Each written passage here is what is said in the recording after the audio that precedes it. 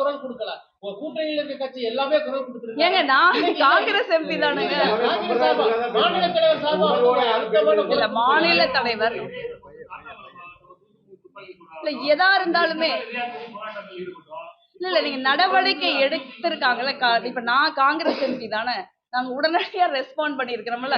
இது என்ன ஆகுதுன்னா நான் என்ன நினைக்கிறேன்னா, இந்த கேஸை பொறுத்த வரைக்கும் என்னுடைய கருத்து இல்ல எங்க கட்சியினுடைய கருத்தாவும் அது இருக்கலாம். இது வந்து நடவடிக்கை எடுக்கப்பட்டிருக்கு. நடவடிக்கை எடுக்காமல நாங்க இதே ஒண்ணு சொல்றேன். பாரதிய ஜனதா கட்சியினுடைய மாநில தலைவர் சாட்டையில அடிச்சுக்கிறாரு. நான் ஒண்ணு கேக்குறேன். KT ராகவன் ஒருத்தர் அவங்க கட்சியில இருந்தாரா இருக்காரான்னு நமக்கு தெரியல.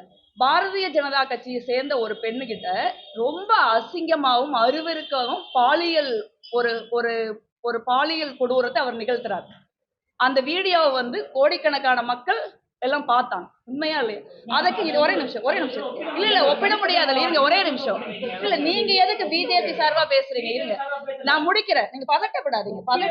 பாஜகவை காப்பாற்றுகிற எண்ணம் உங்களுக்கு இருக்கலாம், அதனால நீங்க பதட்டப்படாதீங்க. நான் முடிக்க விடுங்க.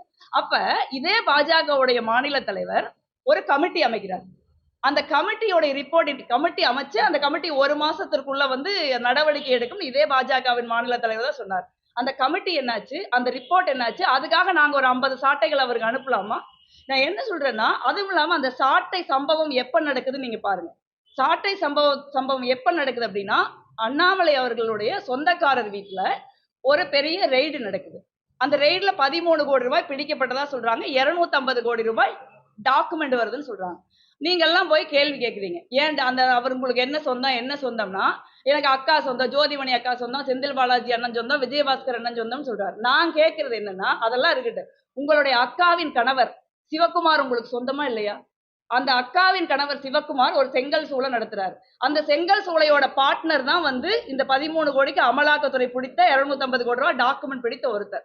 அந்த நேரத்துல அதை திசை திருப்பறதுக்கு தான் இது அரசியல் ஆகுதே ஒழிய வேற எந்த காரணத்திற்காகவும் இது அரசியல் ஆக்கப்படலை நான் சொல்றேன்.